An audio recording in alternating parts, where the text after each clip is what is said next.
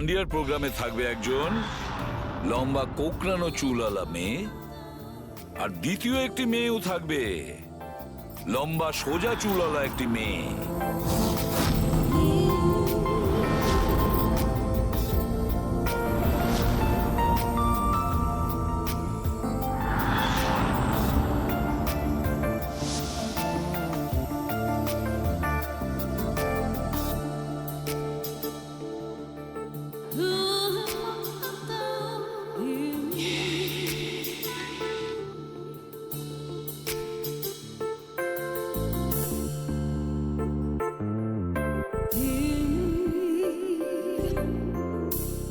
এখন এই নকল চুলের এক্সটেনশন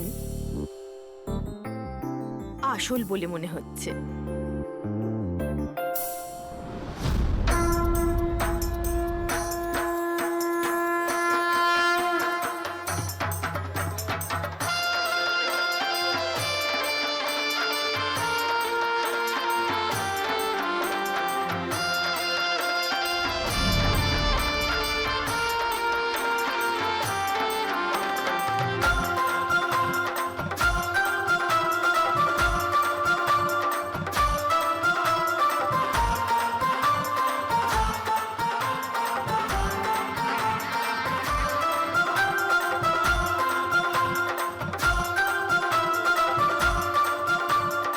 অভিজিৎ, সবকিছু ঠিক আছে?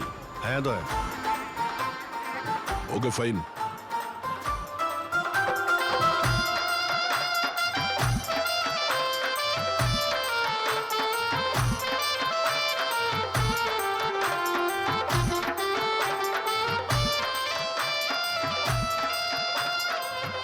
High ma'am. হাই। ওয়াও, আপনি তো খুব সুন্দরী। আপনার মেকআপ খুব সুন্দর হয়েছে। স্পেশালি আপনার কার্লি হেয়ার খুব সুন্দর লাগছে। Thank you. You welcome.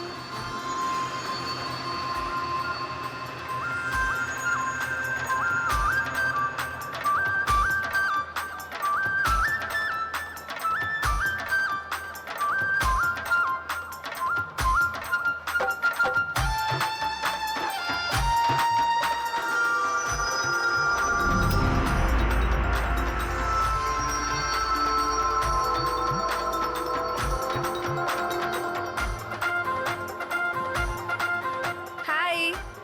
High. আপনার ড্রেসটা খুব সুন্দর। Thank you. তোমার ড্রেসটাও খুব সুন্দর। Oh, thank you. তবে আপনার চুলটা খুব সুন্দর। স্ট্রেট করিয়েছেন নাকি ন্যাচারালি এরকম? প্রকৃতির দান এটা। ও,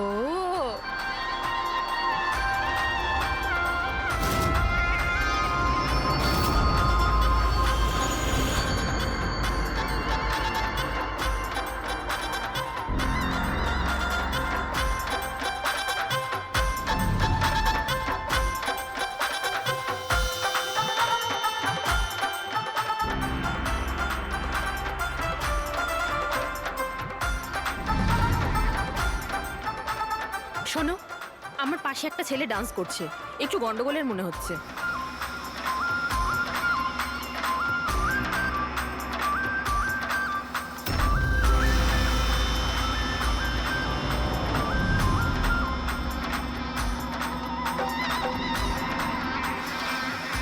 হ্যাঁ সারিকা, কোথায় ও? আমার পাশেই ছিল। এখানে ছিল, তাহলে গেল কোথায়?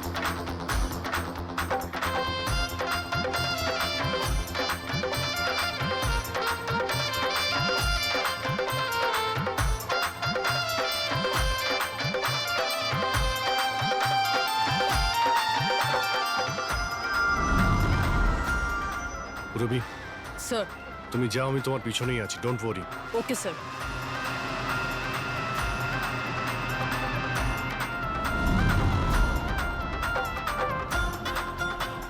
হ্যাঁ অভিজিৎ, আমি রবির পিছনে যাচ্ছি, তুমি সারিকার পিছনে থেকো।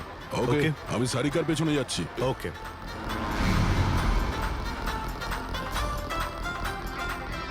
সারিকা, হ্যাঁ। ঘাবড়িও না, আমি তোমার পেছনে যাচ্ছি, তুমি নিশ্চিন্তে যাও। ওকে।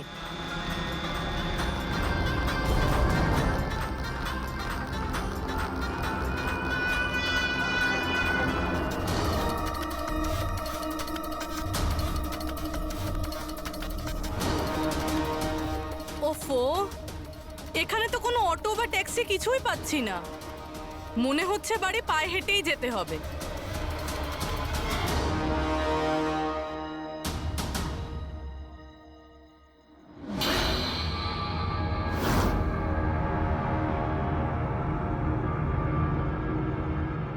স্যার, কেউ পিছু নিয়েছে নাকি? না, এখনো পর্যন্ত কাউকে দেখতে পেলাম না। তুমি এগিয়ে যাও, যদি কেউ তোমায় ফলো করে।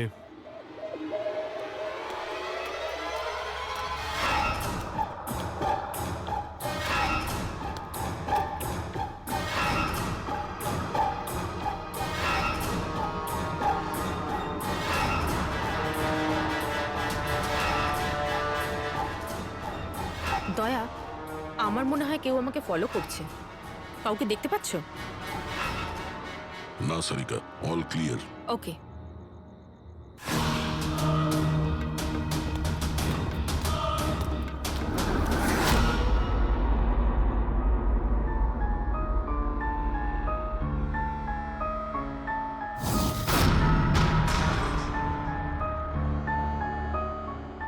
স্যার, সব ঠিক আছে? স্যার হয়তো আজকে অ্যাটাকার ডান্ডিয়া খেলতে আসেইনি, নয়তো স্যার অন্য মেয়ের পিছনে গিয়েছে। দেখা যাক, আর একটু অপেক্ষা করি।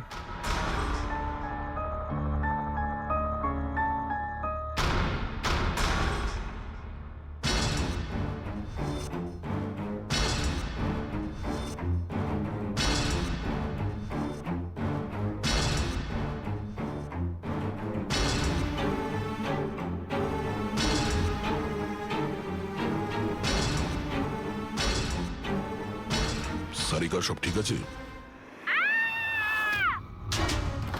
সারিকা, কি হলো? মনে হচ্ছে সারিকার উপর অ্যাটাক হয়েছে। সারিকার উপরে অ্যাটাক হয়েছে পুরবি, আমি ওখানে যাচ্ছি। স্যার, আমিও আসছি।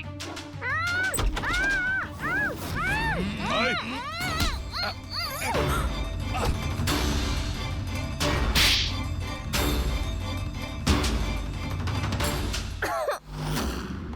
ও নো, সারিকা তুমি ঠিক আছো? হ্যাঁ, আমি ঠিক আছি। ওঠ।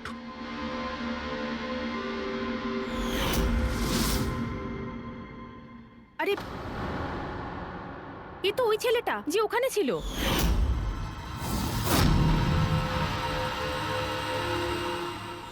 চুল কাটার প্রচুর শখ তোর, হ্যাঁ? তোর জন্য সেলুন খোলাচ্ছি আমরা। বল, দিয়াকে কেন মেরেছিস? না না না না স্যার, আমি কাউকে ঠিক মারিনি। কথা বলছিস? হ্যাঁ? না স্যার, আমি কাউকে মারিনি স্যার, সত্যি বলছি।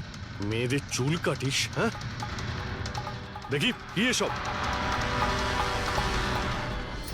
সাইনোফোলিমাস? সাইনোফোলেমাস? এটাতে তো মানুষ বড় জোর সেন্সলেস হতে পারে, মরে যেতে পারে না। স্যার, আমি বলেছিলাম তো স্যার, আমি কাউকে মারিনি। আমি শুধু মেয়েদের অজ্ঞান করবার জন্য এটা ব্যবহার করতাম, যাতে করে ওদের চুলগুলো ভালোভাবে কাটতে পারি। দিয়াকে মেরেছিস কিভাবে? হ্যাঁ? স্যার, আমি মারিনি স্যার, বিশ্বাস করুন, আমি মারিনি। আচ্ছা সারিকা, আচ্ছা এটা কি পসিবল যে এই কেমিক্যালস দিয়ে দিয়ার খুন হতে পারে? যদি ওর এতে অ্যালার্জি থেকে থাকে তাহলে সেক্ষেত্রে ওর মৃত্যু হতে পারে, আদারওয়াইজ। তাহলে দেখো একবার টেস্ট করে কি জানতে পারা যায়। হ্যাঁ, টেস্ট করে দেখছি। আর তুই চল, তোর বিরুদ্ধে চুল কাটা হবে, চল। আচ্ছা, পুরবি কোথায়? ওর তো এখানে আসার কথা ছিল। পুরবি তো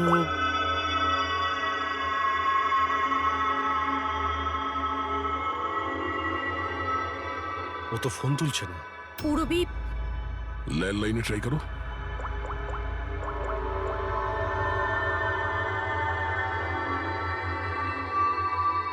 রিং হয়ে যাচ্ছে। পুরবি, পুরবি,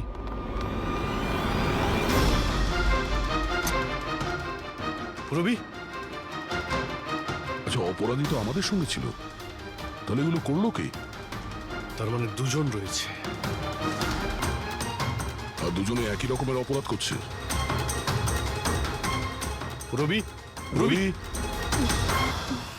ঠিক আছো? কি হয়েছিল? স্যার, ঠিক ওই রকমই হয়েছে। প্রথমে বাড়ির লাইট চলে গেল, আর তারপর আমার চোখে একটা তীব্র আলো পড়লো, আর আমি অজ্ঞান হয়ে গেলাম। কি? কিন্তু স্যার, এই সব কিছু কিন্তু একটা মেয়ে করছিল। মহিলা? ওখানে ছেলে আর এখানে মেয়ে, ব্যাপারটা কি?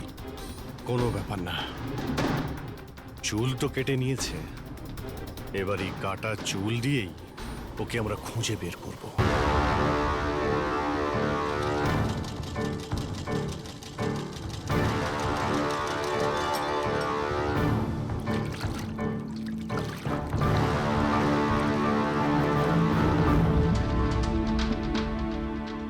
দেখুন সুমন ম্যাডাম, আপনি একটু বেশি ডিমান্ড করছেন। দেখুন গগন বাবু, আপনি যে কাজটা দিয়েছেন না সেটা খুব সোজা নয়, খুবই বিপজ্জনক। আপনাকে আমাদের টাকা বাড়াতেই হবে। ঠিক আছে, আমার উপর ভরসা রাখুন, আমি পরে বাড়িয়ে দেবো। পরে নয়, এখনই বাড়ান।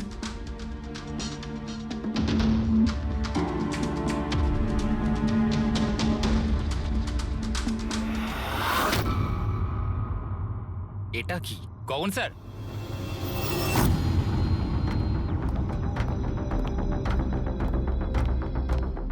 এই দেখুন, চুলের ভেতর কি অদ্ভুত একটা উকুন।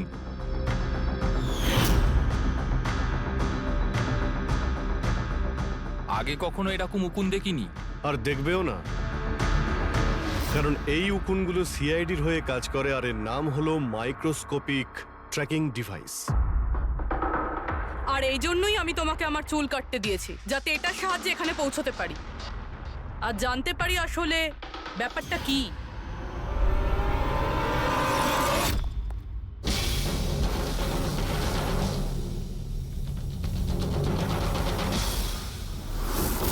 স্যার, আমার কোনো দোষ নেই।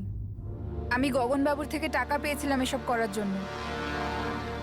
গগনবাবু টাকা দেবে, আর যদি বলে কুঁয়োতে লাভ দিতে তো তুমি দিয়ে দেবে? এখন বলো, কেন করিয়েছো তুমি এসব? আমি যে কথাগুলো বলবো সেটা একটু আশ্চর্যজনক আপনার নিশ্চয়ই লাগবে, কিন্তু এটা সত্যি যে আমাদের ব্যবসায় মানুষের চুলের দাম সোনার দামের থেকে কম নয়। কোটি কোটি টাকা রোজগার হয় এখান থেকে।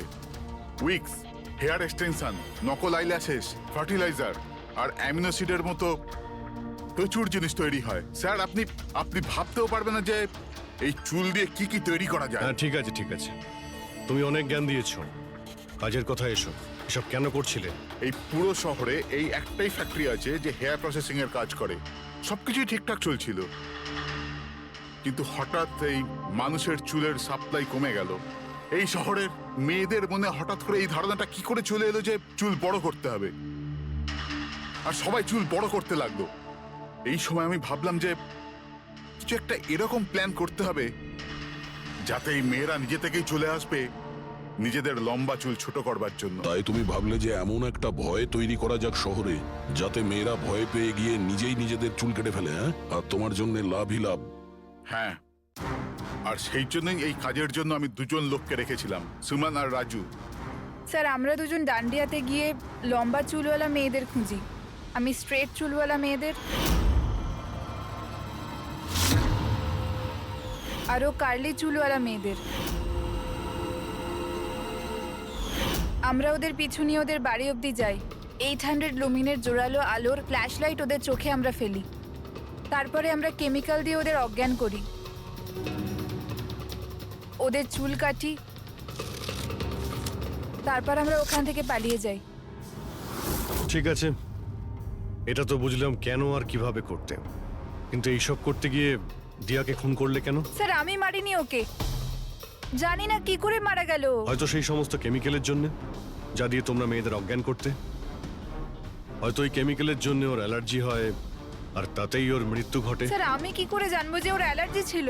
আর এরকম আপনারা আমায় মিথ্যে খুনের মামলায় গ্রেফতার করতে পারেন না।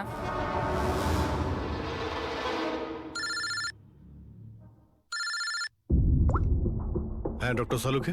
অভিজিৎ, আমি ওই মেয়েটার বডিটা টেস্ট করেছিলাম। ভাই, ওর তো জেলোফলিমাস নামের কেমিক্যালের কোনো অ্যালার্জি নেই। অভিজিৎ, দিয়ার মৃত্যু হয়েছে গলা টেপার কারণে।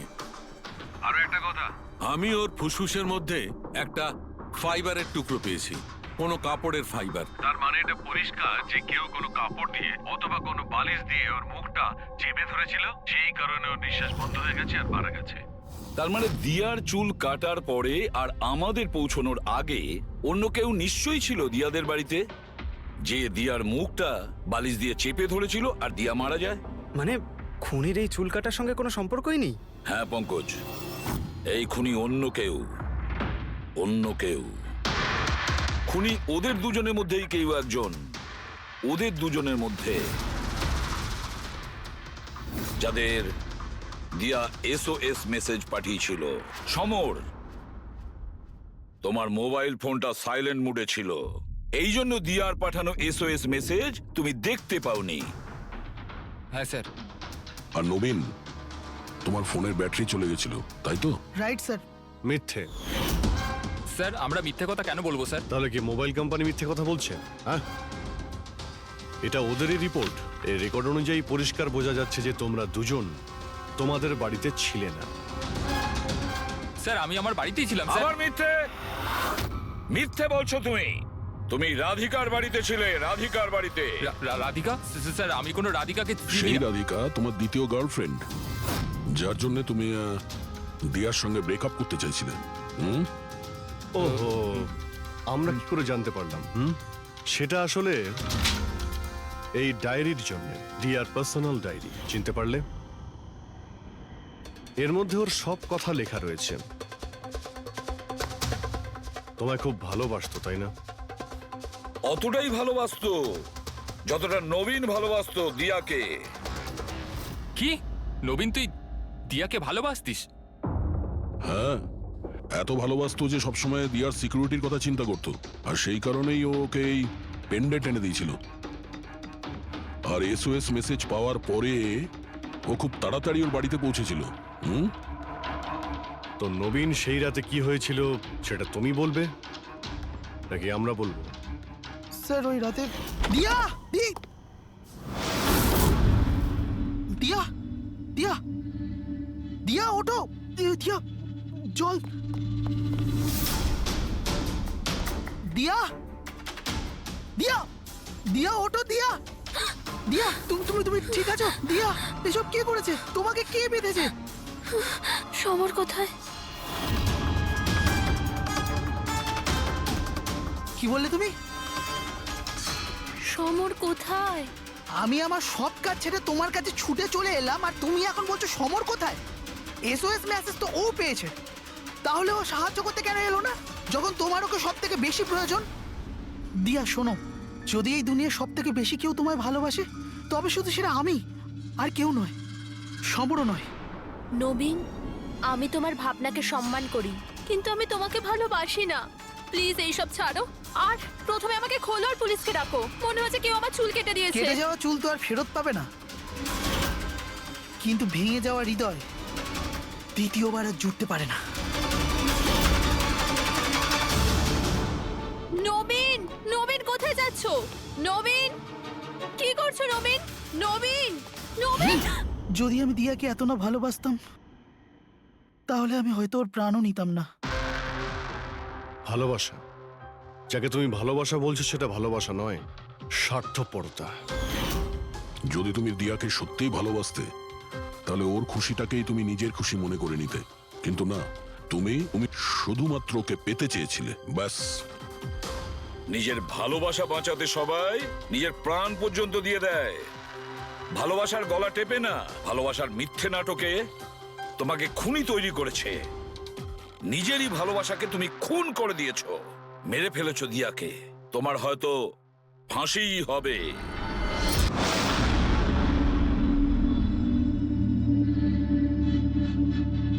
ও গড, এই পলিউশনও না আমার স্কিন খারাপ করে দিচ্ছে।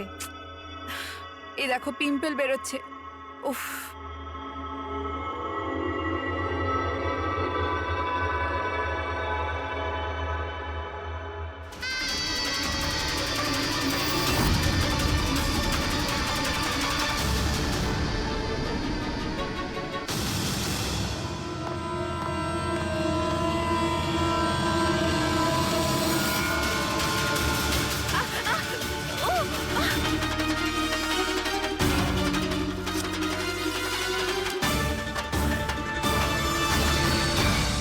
স্যার, প্রথমে তো আপনাকে ধন্যবাদ জানাই যে আপনি আমাদের ডকুমেন্টারিতে অংশগ্রহণ করতে রাজি হয়েছেন।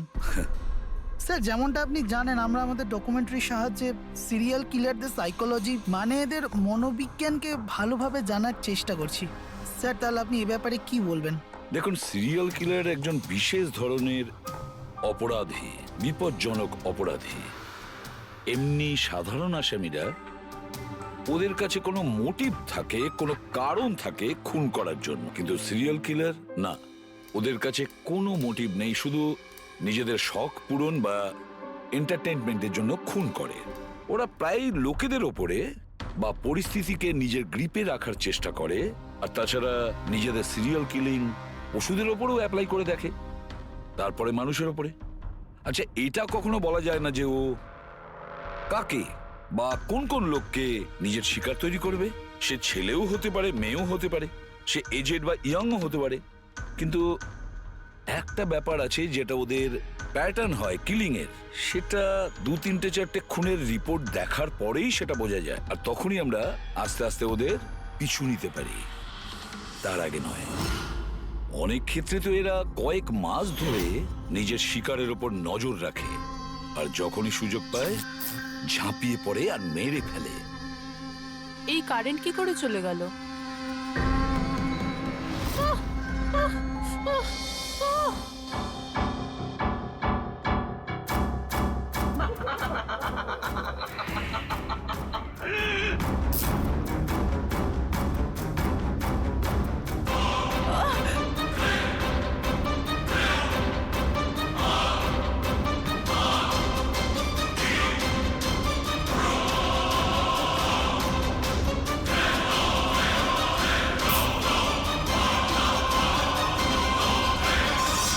ওহ গড, এই কারেন্টটা এখনই যাওয়ার ছিল।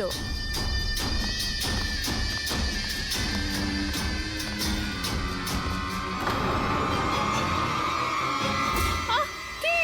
আহ, উফ।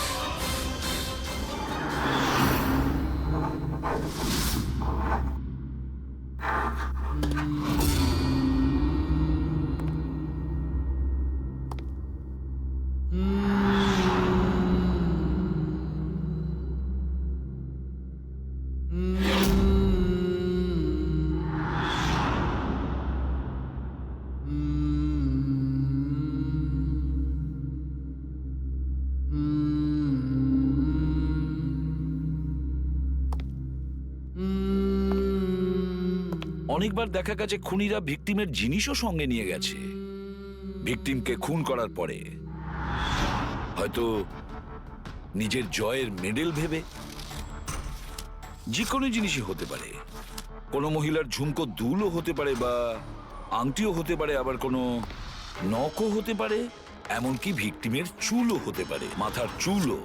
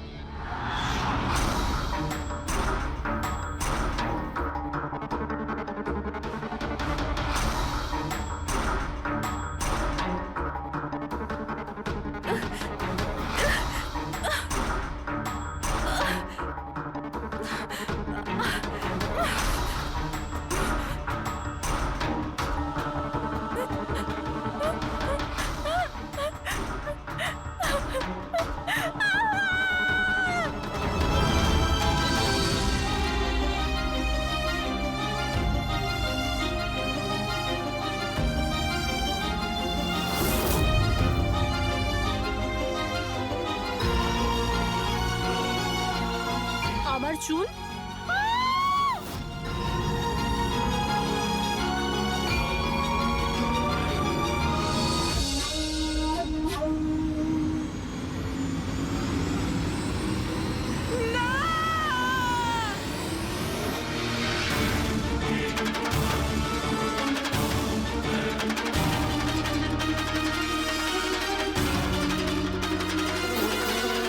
সিরিয়াল কিলার্স এরা সবসময় একা থাকতে পছন্দ করে, ওদের কোনো বন্ধু হয় না। তাই অন্যদেরকে, এমন লোকেদেরকে এড়িয়ে চলতে হবে যাদের হাব ভাব বা চাল চলনে একটু অন্যরকম কিছু অদ্ভুত ধরনের আচরণ দেখা যায়, তা সত্ত্বেও ব্যাপারটা হলো সিরিয়াল কিলার থেকে বাঁচতে হলে আমাদেরকে সাবধানে থাকতে হবে। সত্যি সাবধানতার প্রয়োজন। Hello, ACP Padmaman here. কোথায়? ঠিক আছে, আমরা এখনই পৌঁছচ্ছি। Okay, thank you. সরি, যেতেই হবে। No problem sir. স্যার কিন্তু থ্যাংক ইউ, আপনি আপনার মূল্যবান সময় আমাদের দিয়েছেন। Wish you all the best for your thank documentary. You sir, thank you very much. আবার দেখা হবে। ওকে, একদম sir. Thank you very much. Bye by.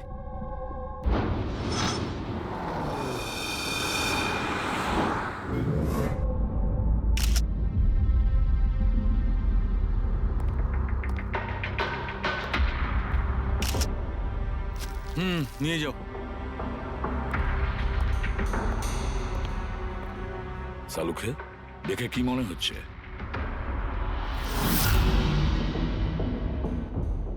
বস, মৃত্যুর কারণ এখনো কিছু বুঝতে পারছি না। ল্যাবে নিয়ে গিয়ে দেখছি। আর ডক্টর, এই চিহ্ন? হ্যাঁ দয়া, এই যে চেয়ারে বাঁধা ছিল দড়ি দিয়ে, তারই চিহ্ন এটা। বস, আমি যাচ্ছি, ল্যাবে গিয়ে চেক করছি। স্যার, দিয়া এই পেন্ডেন্টটা পড়েছিল। কোনো বিশেষ লোকের কি এটা? স্যার, এই পেন্ডেন্টে জিপিএস বেস সেফটি অ্যালার্ম আছে। এই পেন্ডেন্ট পরে থাকা ব্যক্তি যদি কোনো বিপদে পড়ে, এই পেন্ডেন্টটা দুবার প্রেস করলে পেন্ডেন্ট পরে থাকা ব্যক্তির ইমার্জেন্সি লিস্টে যে কটা নাম্বার থাকবে তাদের কাছে একটা এসওএস মেসেজ যাবে যে এই ব্যক্তি বিপদে আছে। আচ্ছা, কাল রাত্রে এই পেন্ডেন্টটা দুবার টিপেছিল। হ্যাঁ স্যার, কটার সময়? প্রায় 12:30টার সময়। আর ওর এই এসওএস মেসেজ ওটা কার কাছে গেছে? স্যার, ওই দুজনের কাছে। এদিকে এসো। কি নাম তোমাদের? সমর। সমর। নবীন। নবীন। কি সম্পর্ক ছিল দিয়ার সাথে তোমাদের? স্যার, আমার গার্লফ্রেন্ড ছিল। স্যার, আমার কলেজের বন্ধু। যখন দিয়া তোমাদের এসওএস মেসেজ করলো তখন তোমরা কিছু করনি কেন? হ্যাঁ স্যার, এটার জন্য আমারও আফসোস হচ্ছে যে আমি ফোনটা সাইলেন্ট কেন রেখেছিলাম। যদি আমি ফোনটা সাইলেন্ট না রাখতাম, স্যার, আজ দিয়া বেঁচে থাকতো। ফোন সাইলেন্ট ছিল। আর তোমার নবীন, তোমার ফোনটাও সাইলেন্ট মোডে ছিল? না স্যার, স্যার আমি শুয়ে পড়েছিলাম আর আমি বুঝতেই পারিনি কখন আমার ফোনের ব্যাটারি ডেড হয়ে গেছিল। আশেপাশের ঘটনা থেকে আমি ওকে এই পেন্ডেন্টটা এনে দিয়েছিলাম, কিন্তু লাভ কি হলো যখন এটা কোনো কাজেই এলো না। ওই ঘটনার ব্যাপারে বলছো? ওই যে চুল কাটা গেছে ওই মেয়েদের? হ্যাঁ স্যার। হ্যাঁ স্যার, এরকম ঘটনা অনেক ঘটেছে এই চত্বরে। এই দিয়ার মতো অনেক মেয়েরই চুল কাটা হয়েছে, কিন্তু কাউকে হত্যা করা হয়নি। আর লোকে তো এটাও বলছিল যে কোনো আত্মাটাত্মার চক্কর আছে। কি বললে তুমি? ভূত, আত্মা? আমি বলছি না স্যার, লোকেরা বলছে। স্যার, এই এলাকার সব মেয়েরা বেশ আতঙ্কিত রয়েছে। সূর্য ডোবার আগেই নিজেদেরকে বাড়িতে বন্দি করে নেয়। কিছু মেয়েরা তো নিজেরাই নিজেদের চুল কেটে ফেলেছে, আর অনেকে সাধু আর জ্যোতিষীদের কাছে যাওয়া শুরু করেছে। তারা মনে করছে এই সাধুদের আশীর্বাদে এই সমস্ত অলৌকিক শক্তির হাত থেকে রক্ষা পাবে। এটা কোনো অশুভ শক্তির কাজই নয়, এটা কোনো মানুষই করেছে। মানুষই করেছে এটা। স্যার, হ্যাঁ ইন্সপেক্টর সুশীল এই কেসটারই তদন্ত করছেন। হ্যাঁ, সুশীল বাবু বলুন। স্যার, কিছু বুঝতে পারছি না। এ প্রচুর মেয়ের চুল কেটেছে, কিন্তু মেরেছে শুধু একজনকেই। শুধু একটা মেয়েকেই মেরেছে? হ্যাঁ, কি বলতে চাইছেন আপনি? আরো মেয়েদের মারা উচিত ছিল? আমাদের লজ্জা করা উচিত। আমাদের থাকা সত্ত্বেও একটা মেয়ের জীবন চলে গেছে। যত তাড়াতাড়ি সম্ভব ধরতে হবে অন্য কোনো নিরীহ মেয়ের মৃত্যু হওয়ার আগেই। বুঝেছেন আপনি? স্যার। পুরো ডিটেলসটা চাই আমার, যত তাড়াতাড়ি সম্ভব। যান। স্যার। স্যার, হ্যাঁ ফেডরিক, এই নিন এই পুরো কাণ্ড কারখানার সমস্ত ফাইল। ইন্সপেক্টর সুশীল এই মাত্র পাঠিয়েছেন। কটা ফাইল পাঠিয়েছে? 8টা। দয়া, অভিজিৎ, ফাইলগুলো ভালো করে স্টাডি করো, চেক করো, দেখো। আর প্রত্যেকটা মেয়ের সাথে কথা বলে দেখো, জিজ্ঞাসা করো ওদের সাথে কি করা হয়েছে। দিয়া ছাড়া আর কোনো মেয়ের যেন প্রাণ না যায়। অদিতি, আপনি বলেছিলেন যে আপনি বিছানায় বসে লাইট অফ করেছিলেন, তারপর কি হয়েছিল? স্যার, হঠাৎ করে একটা জোরালো আলো আমার চোখে পড়লো, আর তারপরে কি হলো আমার কিচ্ছু মনে নেই। আমার শুধু ওই উজ্জ্বল আলো মনে আছে, তার বেশি আর কিচ্ছু নয়। আচ্ছা, তারপরে কি হয়েছিল? ঘরের আলো বন্ধ হয়ে যাওয়ার পর আমার চোখে একটা জোরালো আলো পড়লো, আর তারপর আমি আর কিছু দেখতে পাচ্ছিলাম না। আমার চোখ একদম ধাঁধিয়ে গেছিল। আচ্ছা, জ্ঞান ফিরে আসার পরে কি হয়েছিল? যখনই আমার চোখটা খুললো আমি দেখলাম কেউ আমার চুল কেটে নিয়েছে। আমি চেঁচালাম আর তারপর আমি পুলিশকে কল করলাম। হ্যাঁ স্যার, আমিও একটা খুব জোরালো আলো দেখেছিলাম। যেরকম টিভিতে দেখেছিলাম সব মেয়েদের সাথে হয়েছে, ওরকম আমার সাথেও হয়েছে। ওই ভূতটা আমার চুল সব কেটে দিয়েছে। ভূত নয়, অপরাধী। এই এই আপনার হাতে কি রয়েছে? স্যার, আমার চুল। আপনার চুল? ও অপরাধী তোমার চুল কেটে নিজের সঙ্গে নিয়ে যায়নি? না তো।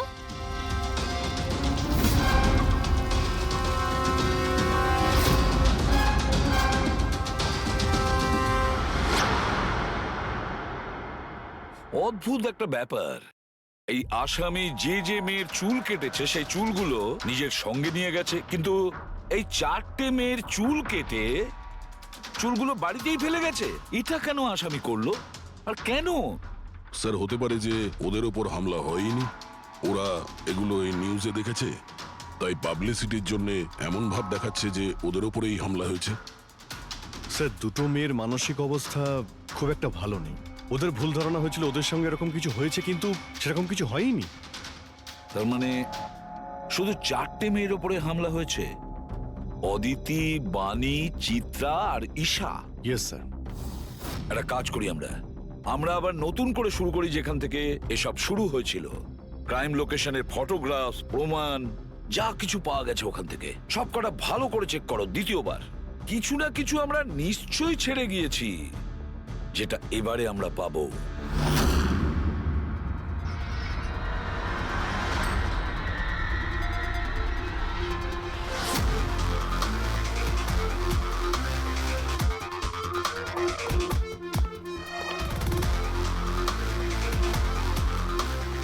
অদিতি, বাণী,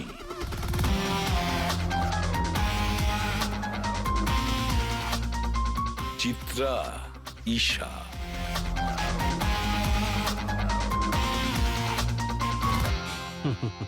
পেয়ে গেছি স্যার। হ্যাঁ স্যার, ঈশার বাড়িতে যে মোমবাতি ছিল তার মধ্যে এই ফিঙ্গারপ্রিন্টটা পেয়েছি। এটা আসামির হতে পারে স্যার। যদি এই ফিঙ্গারপ্রিন্টটা আসামির হয় তাহলে সে খুব ভুল করেছে। অভিজিৎ, আমাদের ক্রিমিনালের ডেটাবেসটা চেক করো, দেখো তো এ কোনো পুরনো পাপি কিনা।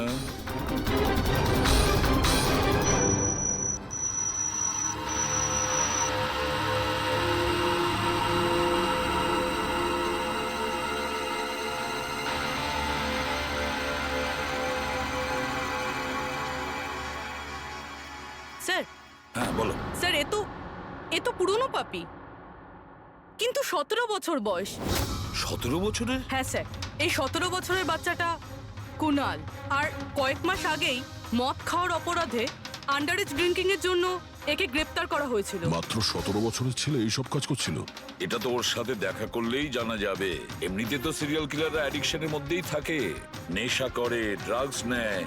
এ থাকে কোথায়? স্যার, এ চুনাপট্টিতে থাকে। চুনাপট্টি? তাহলে আর দেরি কেন, দেখা করে আসো ওর সাথে চুনাপট্টিতে। বিশ্বাসই হচ্ছে না, একটা 17 বছরের ছেলে এইসব কাজ করছে কি করে?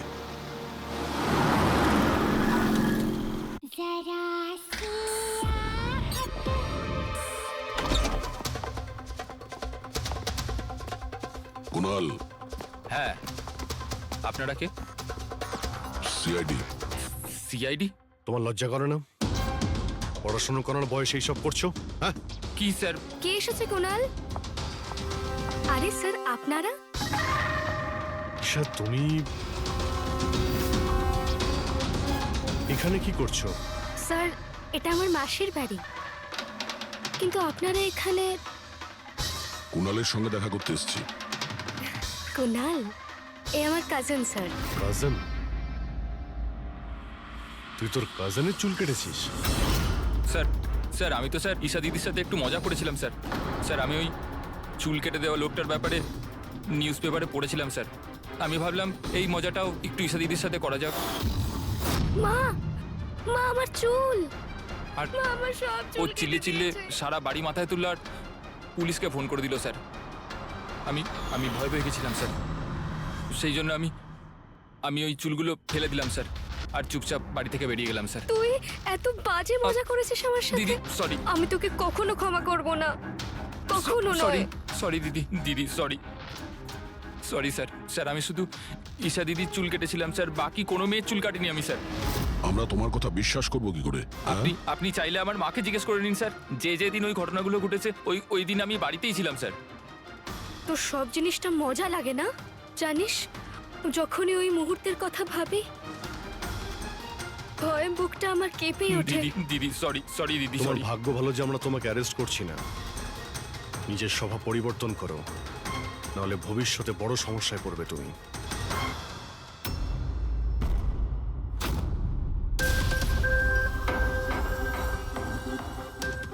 সমস্ত সিরিয়াল কিলার বা সিরিয়াল অ্যাটাকার নিজের ভিকটিমকে একটা প্যাটার্নে চুজ করে। হ্যাঁ ঠিকই বলেছো দয়া।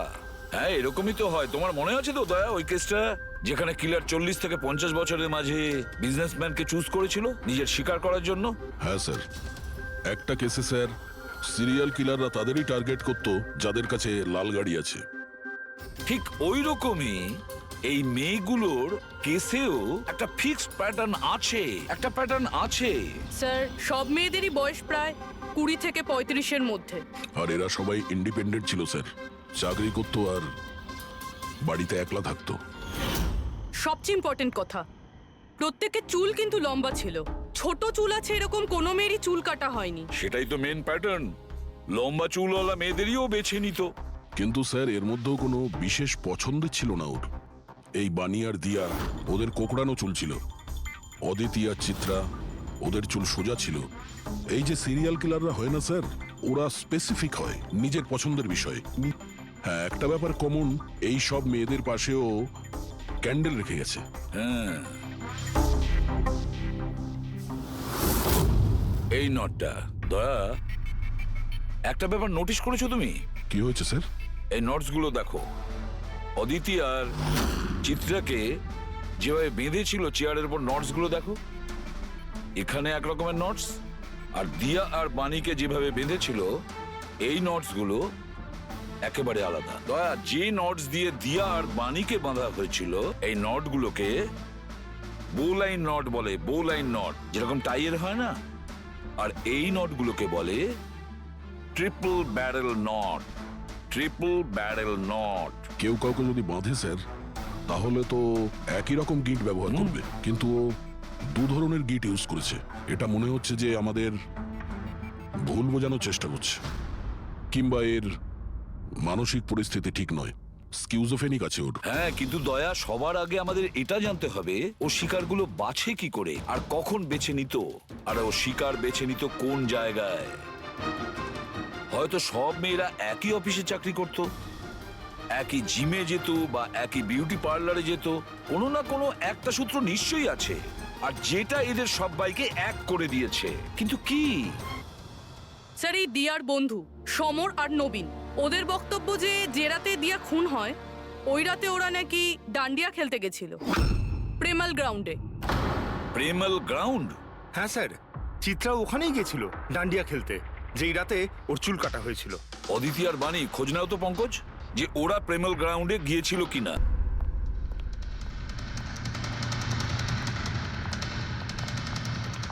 হ্যাঁ বস, ওই মেয়েটির মৃত্যু গলা টেপার কারণে হয়েছে।